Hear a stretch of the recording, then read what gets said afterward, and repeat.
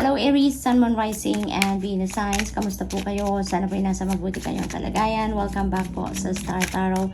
Kung bago kayo rito, welcome din po kayo. Thank you sa inyong suporta. I truly appreciate it and God bless you all. Pauna mensahe ni Aries, you need to put the music back into your life. Ayan, Aries.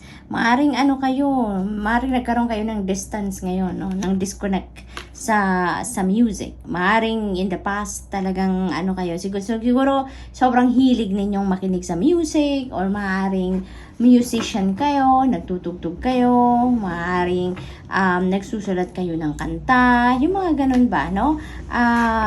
Siguro music-minded kayo or musically inclined, kumbaga, no? In the past.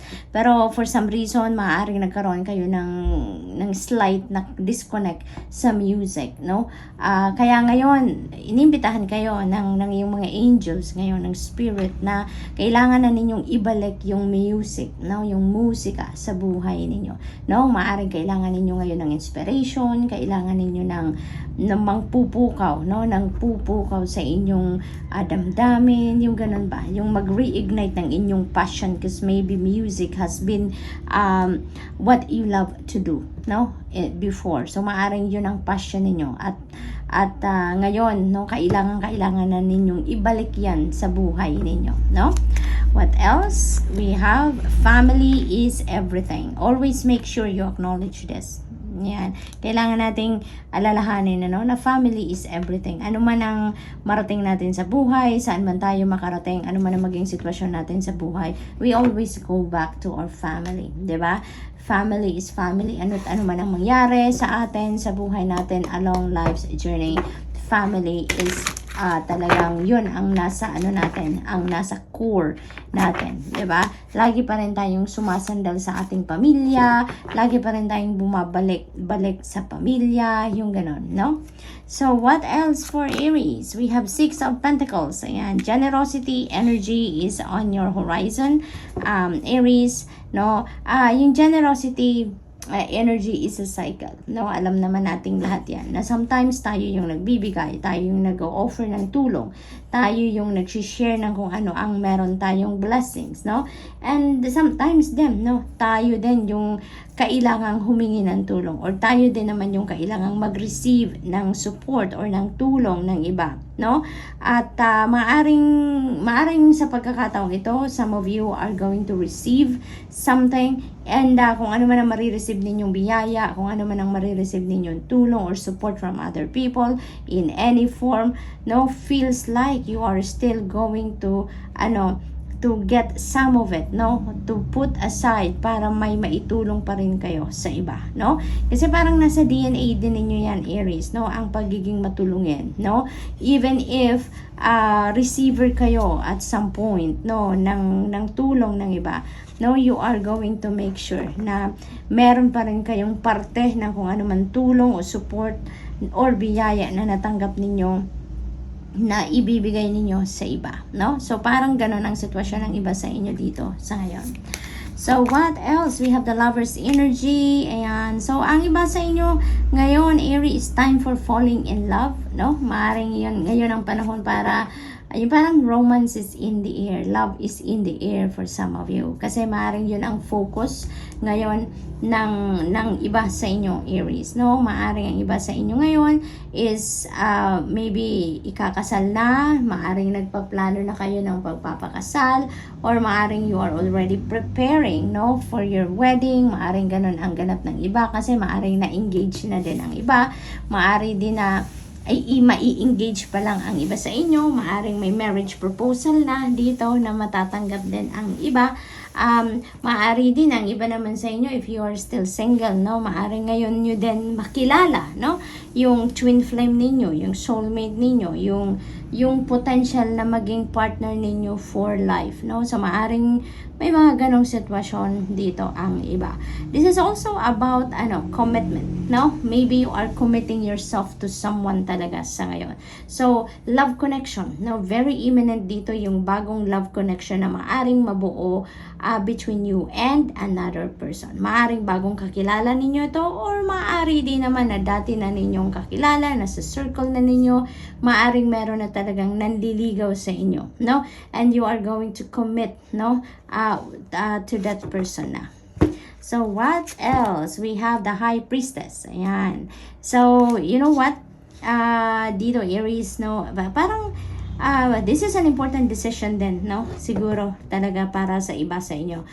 Maybe, yung pagpapakasal ninyo, yung pagpayag ninyo na makipag-boyfriend or makipag-girlfriend, yung pagpasok ninyo sa bagong level ng iyong commitment sa inyong relationship, you know, maybe that is a very crucial decision para sa inyo, no? For some reason, yun ang aking napipick up dito na parang isang malaking decision yan na gagawin ninyo, no? For some of you. Kaya iniimbitahan kayo ng High Priestess energy dito na makinig kayo sa inyong intuition. Okay? Makinig kayo sa inyong intuition. Nang sa gayon, magabayan kayo kung ano ang best ninyong gagawin sa ngayon. No? Maaaring naghihingi din talaga kayo ng gabay from the divine. Naghihingi kayo ng enlightenment from the divine kung tama nga ang inyong decision, no? Kung tama nga mag-settle down na kayo, kung ito na nga ba yung best ninyo thing to do sa ngayon na makipagrelasyon, yung mga ganun ba? Kasi maaaring ang iba sa inyo is asking for sign, is asking for confirmation, no? Kung tama nga yung decision ninyo na pumasok na kayo sa bagong commitment or pumasok kayo sa bagong level, no, ng inyong relationship, yung mga ganun. So, Aries, that's all I have for you for today. I hope nakatulong ang mga mensaheng ito in some way. Thank you for watching. Love and light. Namaste. Hello Leo, Sun, Moon, Rising, and Venus signs. Kamusta kayo? Sana po ay nasa mabuti kayong kalagayan. Welcome back po sa Star Tarot. Kung bago kayo dito, welcome din kayo. Thank you sa inyong support. I truly appreciate it and God bless you all. Tignan natin ang mga messages ninyo for today. Pauna mensahe ni Leo ay your angels will only give you the challenges that you are capable of handling. Yan. Kaya, huwag kayong sumuko. Huwag kayong sumuko, huwag kayong panghinaan ng loob. Kasi, alam naman ninyo na lahat ng problema, lahat ng mga challenges sa buhay na nararanasan natin is kayang-kaya nating solusyonan, kayang-kaya nating lusutan, no? Also, lagi tayong magdadasal, lagi lang tayong humingi ng gabay sa Divine Universe and the rest of our spirit team, sa mga angels natin. Let's ask for help, no? Kung sa tingin ninyo mabigat na masyado to carry, kung ano man ang challenges sa buhay na yan, let's ask for help from the divine, no? Humingi tayo ng gabay, humingi tayo ng tulong, and for sure they are going to be there to the rescue para sa atin, to make our burden lighter, no? What else? Pero yung pagsuko, pag-give up, that is not an option for us, okay? Go into nature and clear any negative thoughts or energies you may have. Ayan. So, maybe talaga ang iba sa inyo ngayon, merong pinagdadaanan. Meron sigurong mabigat na sitwasyon na pinagdadaanan sa ngayon. Kaya, maaring marami na kayong negative thoughts, negative feelings, emotions na nandyan sa sarili ninyo, and you may need ngayon to let them go. You may need to figure out ano yung mga negativity na yan, at kailangan na ninyong i-let go ang mga yan, i-release ang mga yan, and transmute them into positivity, no? Dahil kung ano man ang mga negative thoughts natin, hindi rin yan makakatulong sa atin. Bagkus, mas magkikreate pa yan ng mas marami pang problema, mas marami pang negativity, no? We should always remember that kung ano yung nasa isip natin, yun ang mararamdaman natin. At kung anong mararamdaman natin, that translates to our actions, and yan ang makikita natin sa ating 3D reality, no? Kaya kung gusto natin na mas maging maayos lang ang sitwasyon natin sa 3D reality natin, simulan natin mag-isip ng mabuti, simulan natin mag-isip ng positibo at maganda lang, no? Nang sa gayon, yun ang lumabas sa ating 3D reality, okay? So, kailangan ninyo dito na magmuni-muni, no? Spend time with nature kung meron kayong access, and magiging safe kayo outside, no? Go outdoors, spend time with nature, and absorb the powerful healing energy ng nature, because that is going to help you a lot, no? Na gumaan ang iyong pakiramdam, na maging maaliwalas ang iyong paningin, di ba? Kasi talaga, you know, pag alam mo yun, yung fresh air, no? Yung makakita ka lang ng mga dahon, halaman, puno, you know, that is very relaxing, di ba? Kahit gaano kalalim ang problema natin, kahit gaano ka tindi ang pinagdadaanan natin sa buhay, somehow, no, aminin nyo, nakakagaan ng pakiramdam ang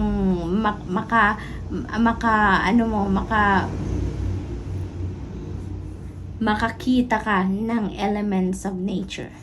So, what else? We have Eight of Swords. Ayan. So, there is restrictive energy dito sa inyo, Leo. Maaring ito yung challenge ninyo sa ngayon, no? Maaring ito yung challenge ninyo.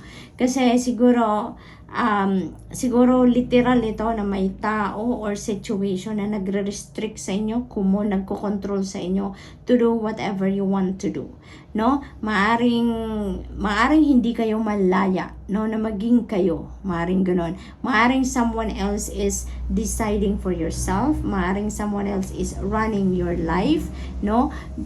Parang napakalakas ng restrictive energy na nasa inyong horizon ngayon, Leo, no? So maaring yun ang challenge ninyo na nararanasan sa ngayon, no? And alamin lang ninyo, no? Know your worth, no? Know your worth. Yun ang kailangan ninyong ma-realize din dito, no? Know your worth. Dahil with that, yun ang magpupush sa inyo para magkaroon kayo ng lakas ng loob. What you deserve, 'di ba? Anong deserve niyo sa buhay, 'di ba? Ngayon, maging malaya kayo, ma-express ninyo kung anong gusto ninyong gawin, ma-express ninyo kung anong gusto ninyong sabihin, you know, decide for yourself, 'di ba? Yun ang deserve ninyo, yun ang para sa inyo, yun ang karapatan ninyo. Kaya it's all up to you, Leo. It's all up to you, no? Yung isip ninyo dito yung in control, 'di ba? Kasi maaaring nagpapadala kayo dito sa control ng ibang tao over you, no? Yung hinahayaan nyo siguro ang iba na kontrolin kayo or diktahan kayo, 'di ba? But if you are going to break away from that energy, kayang-kaya din ninyo, no? Kayang-kaya din ninyo. You just have to condition your mind, no?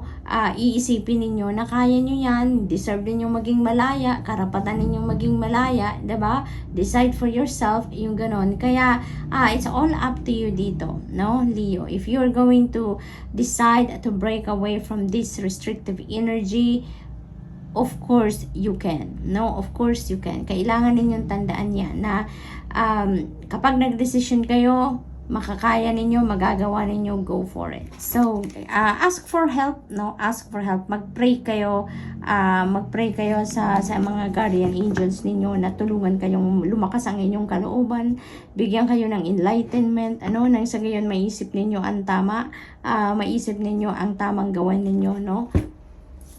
At anong path ang dapat ninyong tahakin in this situation, no, Leo? We also have the Emperor energy. Ayan. So, looks like, Leo, everything is going to be back in order, no? So, maaring there will be realization dito, no? Maaring may marirealize kayo dito at some point. Magkakaroon kayo dito ng enlightenment for sure, no? Na kailangan na ninyong lumaya. Kailangan na ninyong palayain ang inyong sarili dito sa restriction na ito na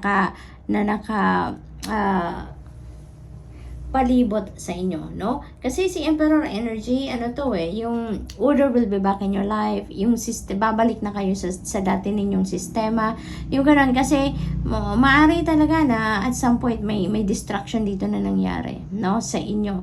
Pero ngayon, matatauhan na kayo, or maybe, magigising na kayo kumbaga sa katotohanan, and you are going to be realistic, no? Yun ang napipick up ko dito. And ibabalik ninyo dito ang inyong kapangyarihan over yourself. Maybe you are going to reclaim your freedom. Dito maglalakas loob talaga kayo dito na bawiin na ang kapangyarihan ninyo over yourself, no? You're going to step into your power. So we also have Queen of Cups. Ayan, sensitivity. You're going to be very sensitive. You're going to be very intuitive. No, highly intuitive sa ngayon, Leo. So, looks like there will be enlightenment, downloads, clarity, of mind na mapipick up kayo sa ngayon. Kaya siguro magkakaroon na kayo ng makikita nyo na ang malinaw na path kung saan kayo dapat lumakad, saan kayo dapat pumunta. Kaya naman, gagana na ang Emperor energy dito na a balance will be back in your life, order will be back in your life dahil din sa mga downloads na dadating sa inyo, no? So your angels, your spirit guides, the divine universe will be coming to the rescue sa inyo, and ipapakita sa inyo dito ang tamang daan na dapat ninyong puntahan, yung right direction na dapat ninyong tahakin dito, no? So that's really beautiful. So Leo, that's all I have for you for today. I hope nakatulong ang mga mensaheng ito in some way. Thank you for watching. Love and light. Namaste. Hello Sagittarius, Sun, Moon, Rising, and Venus signs. Kamusta kayo? Sana po nasa mabuti kayong kalagayan. Welcome back po sa Star Tarot. Kung bago kayo dito, welcome din kayo. Thank you sa inyong support. I truly appreciate it, and God bless you all. Tignan natin ang paunang mensahe ninyo. We have, when a feather floats down from above, an angel is showering you with love. Ayan. So be in the lookout of this, no, for this feather, no, Sagittarius. Kasi maaring paglabas ng bahay ninyo, sa street, maaring may makita kayo, mapansin kayo na feather that is floating down sa harap ninyo, sa paligid ninyo, 'di ba? Makikita ninyo, and that is a message for you, no? That is a message from you that your guardian angel is showering you with love, no? Nagpaparamdam sa inyo yung guardian angel. Your guardian angel is trying to connect with you, no? With that. So look at the clouds to see the answer you seek from your angels. Ayan. So when you go outside, make sure na pagtingala ninyo sa skies, no, tignan ninyo, baka mamaya may mga cloud formation dyan, no, na makikita kayo, and that is a sign for you, no, kasi maaring nagdadasal kayo for a specific sign, maaring dyan ninyo makita, maaring naghihingi kayo ng confirmation, and through that cloud formation, makita ninyo, no, so maaring ganun ang ganap. So what else for Sag?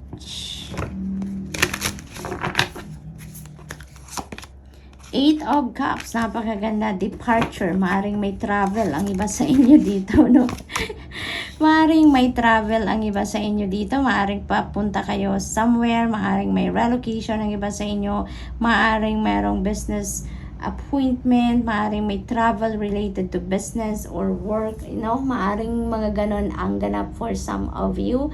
Maari din naman na ang iba sa inyo dito is leaving, no? Maaring you are leaving a situation, you are leaving a person, or you are leaving a place, no? Maaring ganon ang ganap. Kasi sa Eight of Cups, no, you are walking away from something or someone dito na hindi na nagsuserve ng iyong highest good. Kaya iiwanan mo na. Kaya aalis ka na. Kaya you're going to leave this behind you na, kung ano man ito, no?